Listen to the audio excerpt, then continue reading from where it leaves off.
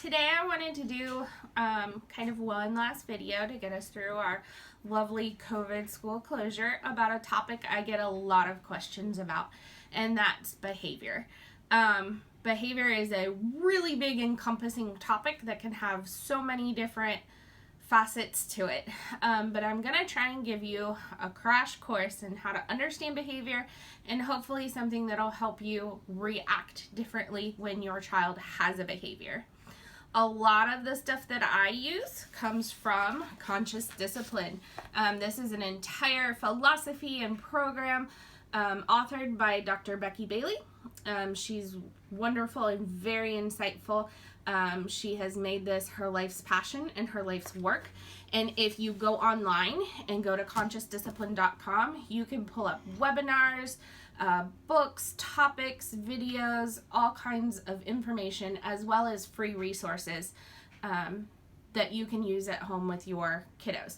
At the ELC, we use conscious discipline. You've probably seen some videos about safe place and calming bottles and things like that, and a lot of that also comes from conscious discipline. So when in doubt, check out the expert in the area. So my take on discipline is not verbatim how Becky teaches it. It has been informed by how Becky teaches it. However, I process a little differently. So I'm going to teach it to you like I understand it. If you look it up, you'll see things that parallel and look the same, but it's not quite the exact same, and that's just my creative take on it. So behavior starts, and when I'm dealing with behavior in a kiddo, I keep this metaphor, a care metaphor. So if we are having an emotional time, we need care. And so that's the easiest for me to remember. And it all starts up here at the tippy top with calm. 90% of behavior, if you are helping someone with a behavior, is about you. And I know that sounds really surprising, but if you aren't in a calm state, you can't help anyone else. So it's kind of one of those things, and I often think of that metaphor when you're on a plane and they tell you put your oxygen mask on before you put someone else's on. I can't help someone else if I've passed out already. You have to triage yourself before you can help anyone else. So if you are not in a calm state, you can't move to any other piece of the puzzle. And I will come back to this and talk about this just a little bit more.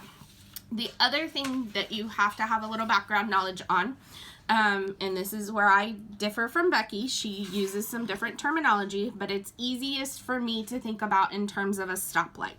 We have 3 different states that our emotional well-being can be in.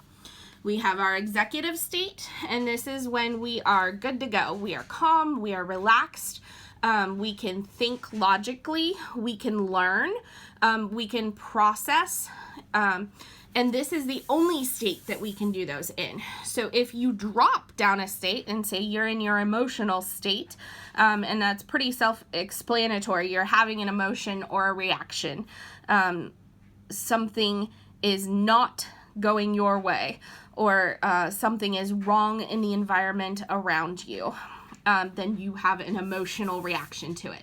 If you're having an emotional reaction, now is not the time to teach a lesson. Think about yourself personally, and if you are hysterically in tears, say your dog just passed away, and somebody wants to give you a lecture about how that in particular dog food has bad ramifications for dogs. That is not the time or the place. It will not be well received. That's because we don't process new information when we're emotional. And typically, if someone's throwing too much information at you and you're emotional, you're going to get even more emotional. It's going to heighten a state. It's going to make it worse. And then the last state is your survival state. These are our basic animal instincts. I'm not okay, I'm not safe, or it's not okay, it's not safe. This is your, a lot of people say it's fight or flight. It's fight, flight, freeze, or give up. There are a few more reactions than just the fight or flight. Some people freeze and they can't do anything. They can't make a move. They can't think it through. They just freeze on the spot. And some people give up. They feel like no matter what action they take, it's never going to get any better, and they give up and they stop trying. Okay? So it's important to know these 3 states and to be able to identify them in the person with the behavior. If they are in a yellow or a red, caution or stop, then now is not the time to talk excessively, ask them questions, or try to teach them a lesson. You have to move that person back up and get them to a calm state before you can do the teaching. So that's an important kind of metaphor to always keep in the forefront of your mind. So going back to our care, I often explain behavior as a game of catch. If I'm playing a game of catch with someone, because every incident takes 2 people, at least 2 people. You can have more than 2 people, but you at least have to have 2 people. Okay? So I'm involved, the other person is involved, and the ball is the behavior. Okay? So a lot of times, behavior is trying to communicate something. And that's really hard to understand, that all behavior has meaning. They're either trying to gain attention, to avoid, or to stop something in that moment, or it's showing you, I don't know what to do. I don't have the skill set to deal with this. So all behavior conveys meaning, even if it's awful behavior. And it's really hard to remember that, especially when you're in the moment and somebody's hitting you or spitting on you, or, you know, some of those really nasty behaviors.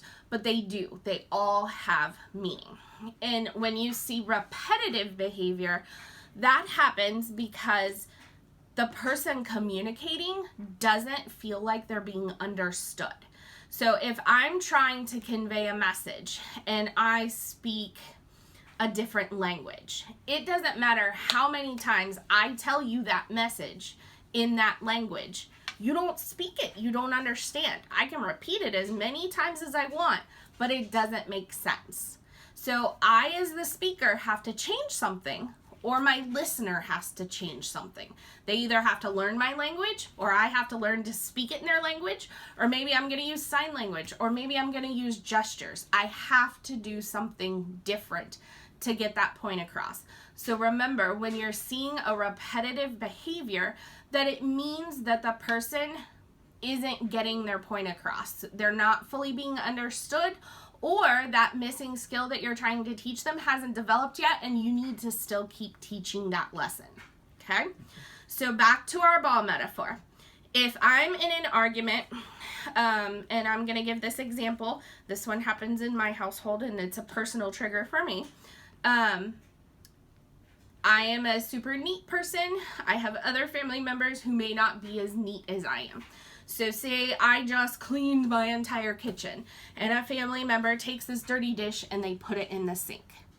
To me, that's a trigger, and I could just go off. I could yell and I could shout, and this is kind of one of those, the situation builds, kind of like a volcano. That pressure built. It wasn't just that dish that made me that upset. It was things that happened over time, but that was just the straw that broke the camel's back. So in that moment, I'm going to throw the ball, and that's me yelling or me shouting, or maybe I threw the dish down, or whatever my behavior is, and I'm trying to communicate that I'm super frustrated about this event.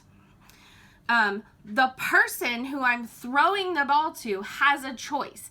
They can catch my ball, which now they're playing with me. We're playing the game together, and they have the choice what they're going to do with that ball. Are they going to throw a behavior back at me and maybe yell at me? Or are they going to not catch my ball and not feed into my emotions? They recognize that I am emotional. The other thing to note at this time is not all behavior is triggered by something that you see. So this can happen, especially if somebody has a trauma. So to use another personal example, when I was a kiddo, my family was hit by a drunk driver. Okay? So I could be driving in a car with a friend of mine, and they're the driver. And maybe I'm driving in the car with Dale Earnhardt Jr., and he could drive that car at 200 miles an hour and keep it dead on straight down that highway.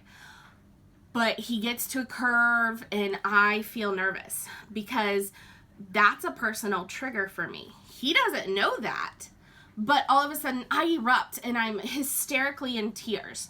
And that person's looking around and they're like, there's nothing happened. What in the world?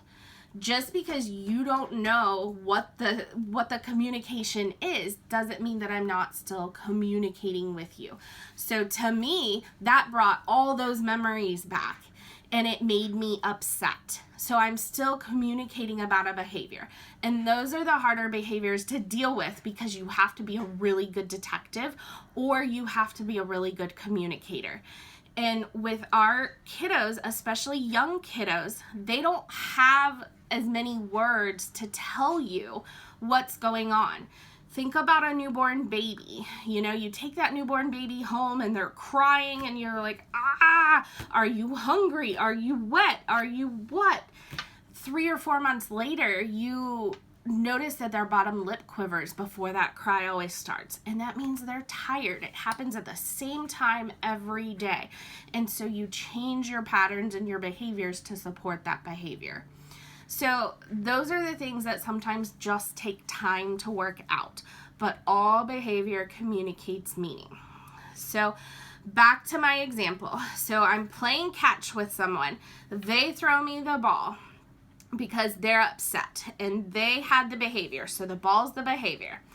Before I react, before I do anything else, I have to make sure that I am calm. And that's the first C in our acronym, the calm. C is for calm. So I like to call this emotional hijacking. If you've ever watched a TV drama, I think that they illustrate this beautifully. One person storms on stage and they're all upset and they're talking 95 miles an hour, and before you know it, every person in the scene is upset. That's what I like to call emotional hijacking.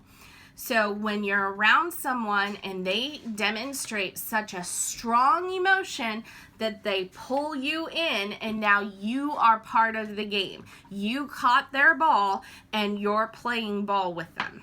Okay? I can give one more example. My dog, I don't know if you have fun dogs like this, she has anxiety of all things. Things make her extremely nervous. She will cry, she will shiver, she will shake. It's awful. So if I see that she's over here and she's shivering and she's shaking and I get all upset, like, oh my gosh, what happened? What's wrong, baby? Da, da, da, da. And I keep going, I have allowed her to emotionally hijack me. I have allowed her to make her anxiety become my anxiety. And I can't do that. You want to flip the switch and you want to be the emotional hijacker. So instead of me adopting her anxiety, I want her to accept my calm. So that first C, calm, you're going to take deep breaths. And they say you at least need 3. And I mean the deep cleansing from your belly breaths. And this is because that slows your body down. It gives you a moment to think. It allows you to get control of your emotions and you don't drop down into that emotional state. You don't want to go in the yellow. You want to bring them back up to the green. Okay? If you are emotional in that moment, it is okay to call timeout on the play. No more. Nobody's playing the ball. We're taking the ball out of the game. We're setting it over here. We have a timeout on the play. And it is fine to tell someone, you are really upset right now, and so am I. So I'm going to go calm down, and then we can talk about this. or don't say anything. You know, sometimes, especially if it's a smaller kid or somebody who's super out of control, and it takes you a minute to get control of your body or to get control of your emotions or to understand why that triggered you, that is okay to take that moment. It's better to do that than to respond emotionally and have a clash. So we're gonna calm. You take those belly breaths, you think of a happy thought, you go to a happy place in your head, and you calm, okay? I love my Fitbit or any of these kind of fitness trackers because one of the things that they show you is your heart rate. Now, you don't have to have this. Obviously, if your heart is racing and you're upset, you're gonna feel that in your body. I know adults, though, who have a hard time identifying their emotions. And so it's not surprising that kids struggle with this. It's a concept that we as adults have a hard time dealing with, and yet we expect them to deal with it. And so we have to realize that this is something you really have to intentionally teach, and it takes time. And if you as the adult struggle with something, you've got to get control of yourself and deal with yourself first before you can help anyone else. All right, so the first thing I always do when I'm either called to help a kiddo, or maybe I walk into a situation in my family, or a kiddo I'm working with at school has a meltdown, the first thing I do is I take a mental inventory of myself, and part of my inventory is to check my heart rate. And I know if that heart rate is too high, that I have to get a hold of myself first, and I start taking deep breaths. Even if I don't feel calm yet, I'm gonna just deep breathe until I feel that heart rate start to decrease. And now I'm ready to help someone else. And so that brings us to the second letter in our CARE acronym, and that's attend. You have to be a super detective. You are looking, you are listening, and you are thinking. And you're looking for clues. What is this situation telling me about why this person is upset? What is the person saying? How are they reacting? Okay, I'm looking at where the behavior happens, who's there, what time of day it is, all those pieces like a good detective would. Because I'm trying to figure out what happened and how could you be feeling right now? What are you feeling? So let's think of an example. Let's say I walk up to someone and a kiddo, and they're holding a toy like this, okay? And they're hysterically in tears. Maybe I notice that this child has had this posture before. Maybe it happens when they play with one specific friend all the time. Maybe that friend is very domineering in their personality, and maybe they touched that child's favorite toy in the whole world. So all my detective skills are going off, and I'm looking and I'm trying to understand the situation, and I'm gathering clues. The next thing I'm gonna do is I'm gonna come down here and I'm gonna recognize, okay? And this is where I've used my calm. I'm calm so I can think, because remember, if I'm not in my green zone, I can't think this through. And I'm being a detective, I'm using the clues, and I'm gonna recognize that person.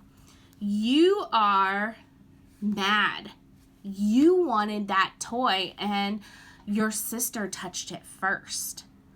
Okay, I'm recognizing what they may be feeling. There is no judgment in my voice. It needs to be about as flat affect as if you were reading your grocery list.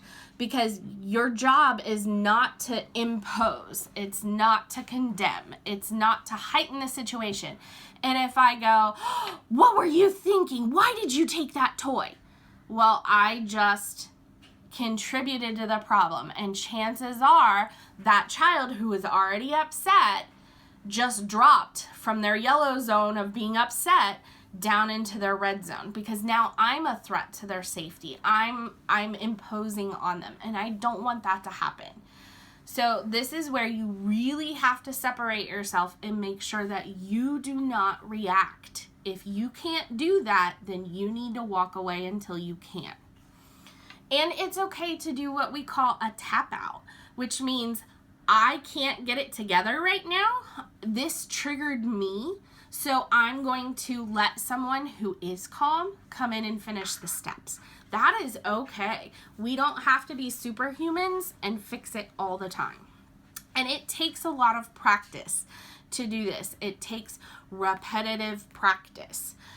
Okay, so I'm right here on the R in my recognize, and I just threw out there, you are mad. You wanted that toy first and your sister touched it. What's going to happen is that person is going to either confirm or deny. So they're going to be like, I'm not mad, I'm sad. My teddy bear got ripped, or whatever the case may be. If they are mad and you hit the nail on the head, they're going to be like, yeah, I am mad. Think about yourself. Think about when you're upset. Let's go back to the dirty dish in the sink. Okay, so if I just blew my lid because I just spent hours cleaning the kitchen and my family member put that dirty dish in the sink, it's right there next to the dishwasher, 10 inches, and I'm going off, and that person comes up to me and's like, why are you blowing this out of the water? You overreact all the time. Game over. Now we're both mad. The battle has been lost. If that person comes up to me and says, you're frustrated. You spent a lot of time in the kitchen and I just put my dirty dish there. Well, now what am I going to do? You're right, I am mad, or I am frustrated. Okay? It has this disarming effect. There are some instances when you do that and the first recognize doesn't work, especially with people who have had repeated bad experiences. And the best way I can explain this is, in their minds, they think something I do always makes somebody walk away. I just have to figure out what the bad behavior is that makes you walk away. And so when you do that first push, that first recognize, they're like, well, doggone it, that didn't work. And they're going to throw out an even worse behavior. And that's because they're testing you and they want to be like, what's it going to take to make you join my game? How far do I have to push for you to play ball with me? Because I don't want to be miserable by myself. I want you to join me. They're really good emotional hijackers. So sometimes you could be down here at recognize and they throw something back and you got to start all the way over with calm, and you're getting control of yourself first. You're taking more deep breaths, or you're taking a moment. You're reassessing the situation. Did I miss it? Did I not get your clues right? Or are you testing me? Okay? And so you're going to drop back to that recognize after you're calm, after you think about what they said or how they reacted, and try it again. Okay? The other thing you could do, if the person is so far gone, if they are in the red, they're hitting, kicking, biting, they're in their fight reflex. These are some of the really throw down behaviors that we see. That is not a time to talk. You are breathing. You are just breathing. And you are getting to a point where your calm hijacks their fight reflex. And maybe they go from throwing things or running away or biting or hitting or kicking, and all of a sudden they start yelling and screaming at you. That's a good thing, because that means that we just upshifted. We went from red to yellow. I'm no longer functioning on my animal reflex of staying safe and keeping myself safe, or keeping that item that I hold dear safe, to I'm emotional and I'm letting you know. So keep in mind that some of these things, when we're like, you're awful, this is horrible, this is getting worse, actually that's a good sign. And we want to keep up what you're doing. Keep breathing, keep calming, keep just staying in the moment and focusing on yourself. Because eventually they're either going to run out of energy or your calm is going to hijack them.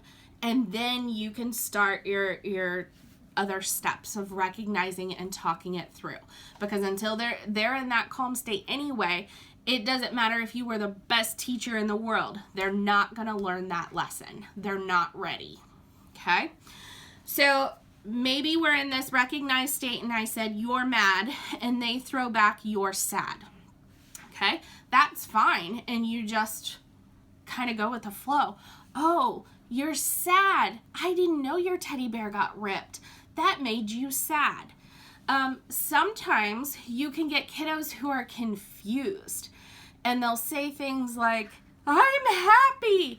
And clearly they are not happy. Their body is not telling you you're happy. And you instantly know this is a teaching moment. You don't recognize what your body is telling you. And you want to start that describing process. You have tears coming down your face. That's not happy. That's sad. Okay? And this is where in our everyday life, when we're reading books, when we're watching TV, when we're out in public, we are pointing these things out to our kids. Oh my goodness, did you see how Kermit the Frog, he was going like this. His body was tight. His teeth were showing. His fists were balled. He's mad. That's how we teach and how they learn about emotions and how they learn to give it to themselves. You have to learn your own emotions first, and then you can start to understand when other people have an emotion. If you don't understand your emotions first, you can't then extend that understanding to a situation outside of yourself. Okay, so back to recognizing. So we threw out that verbiage. The you are mad. You wanted that toy first, but your sister got to it. Okay, and maybe they're shaking their head. Yes, yes, that's it. Take some deep breaths with me.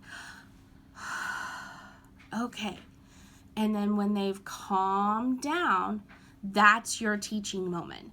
That's your time to engage. And that's when you start saying, if you want the teddy bear first, then you say, I'm going to play with the teddy bear. Or maybe it's about turn taking. You were disappointed because you didn't get there first. When we're disappointed, we take deep breaths to calm our body. We ask the person, can I have a turn when you're done? And then you have them practice. You tell me, I have the toy. You tell me, can I have a turn when you're done? And I always put that portion of when you're done, because if you don't and they say, can I have a turn? They mean right now. And so you have to teach in the perspective of that child.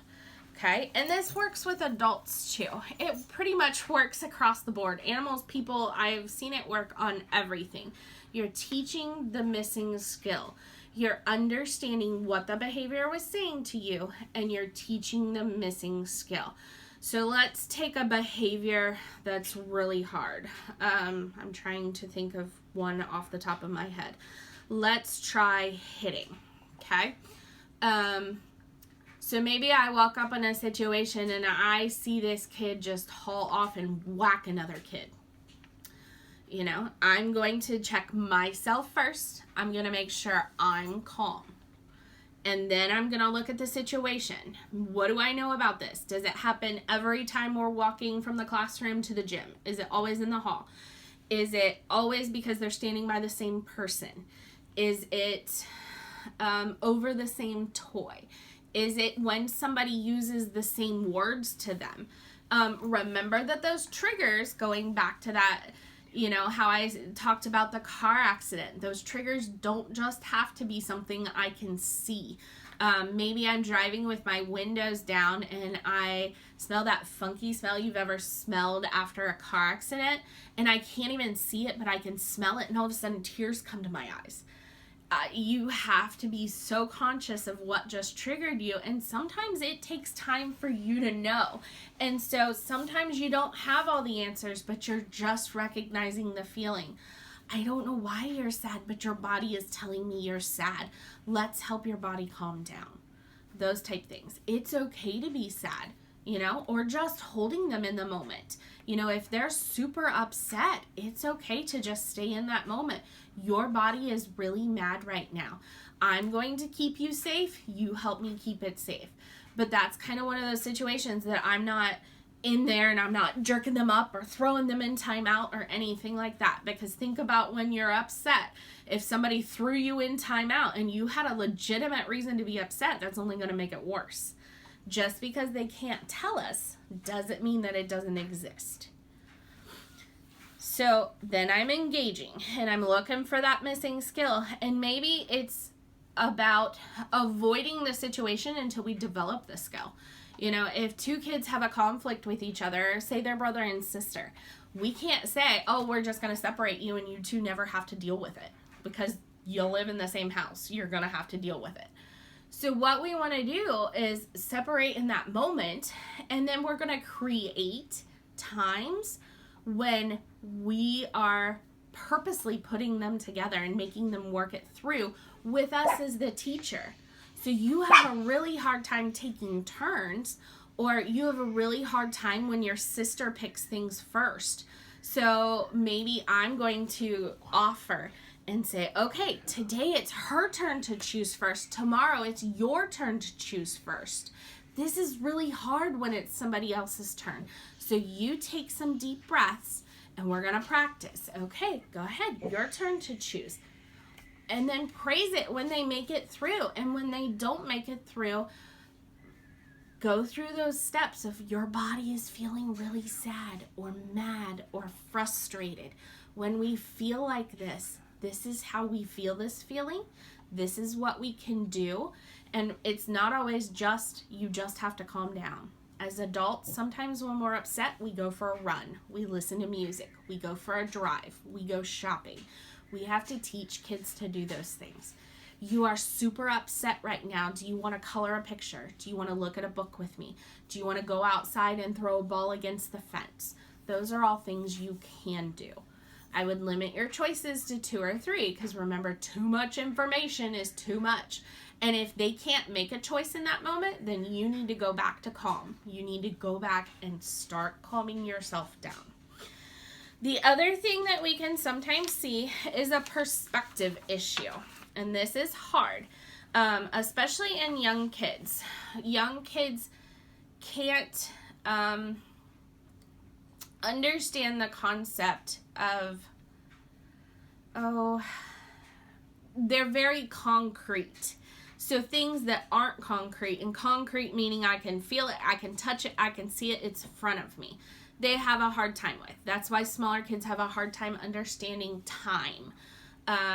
Things that are going to happen in the future or have happened in the past. They can't really place those things. That's because they have to learn about the here and now and what's in front of them before they can think past, present, future, and envision things that aren't in front of them. So perspective is super hard. And so it's nice to make something that's not concrete to teach the lesson. And one of the ways I like to do that is a meter. And I just do something as simple as this, a feeling meter. So I'm going to use the real life situation right now. And I'm using my perspective as an adult. Okay? So I'm thinking of COVID-19, of course, because that's all any of us can think about. And so my 3 events are, I spilled my drink. Okay?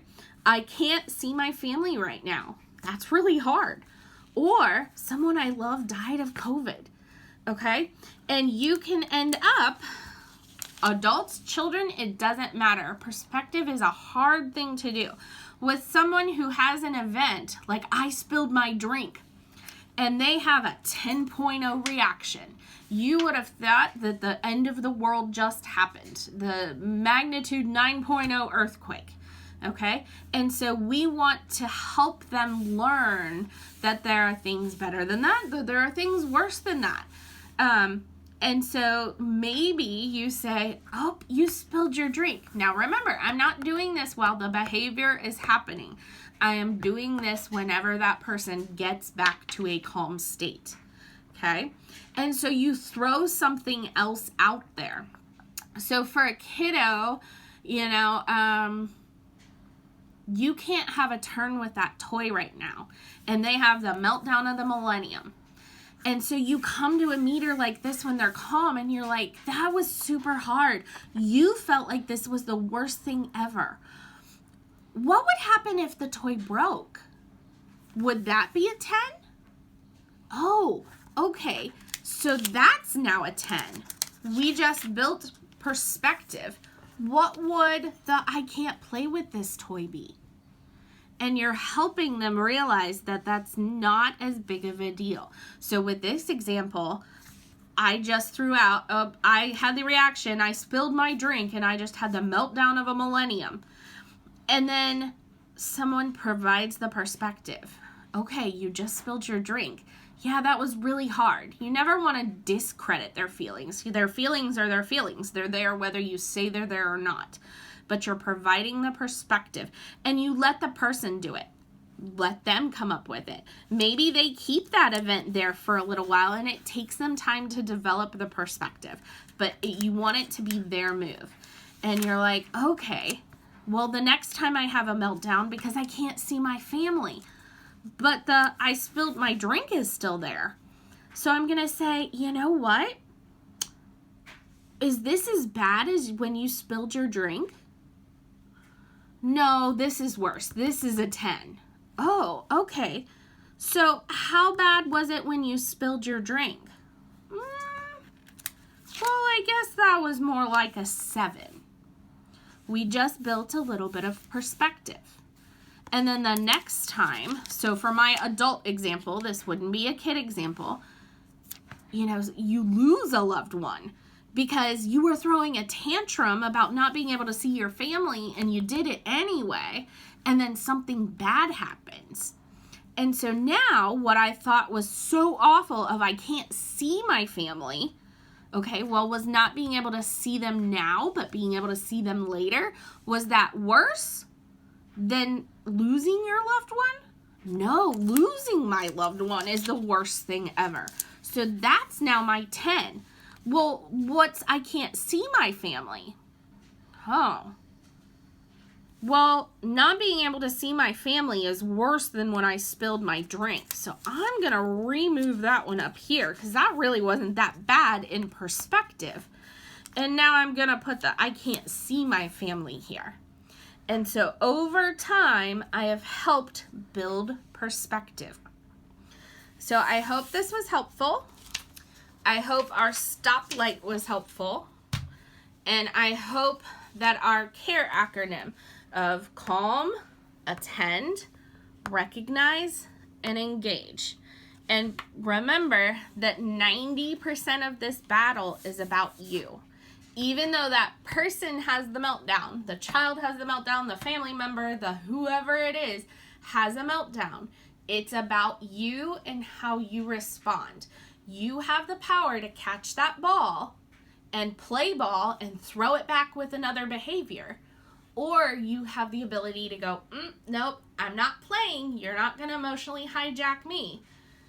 Calm your body, look for clues, recognize their feelings, and then go from there and engage in either, you know, if it was caused by you, you could apologize, or you could provide those two choices of, this is really hard, it stinks when you have to clean up. Do you want to pick up the blocks or your action figures first? Giving some choice or teaching the missing skill. Okay, I hope that was helpful. And like I said, if you want more information about this, I would refer to Conscious Discipline and Dr. Becky Bailey. She has dedicated her life to researching brain development and behavior, and even trauma-informed care. She can go into a lot more examples, a lot more in depth. She's got some great testimonials from her master instructors about real life cases that they've worked with and how it worked and how they got through it and what they were thinking. And of course, if you have any questions, you are more than happy to, I'm more than willing for you to contact me, and I will try to help you to the best of my abilities. So I hope that was helpful, and I hope you have a great evening.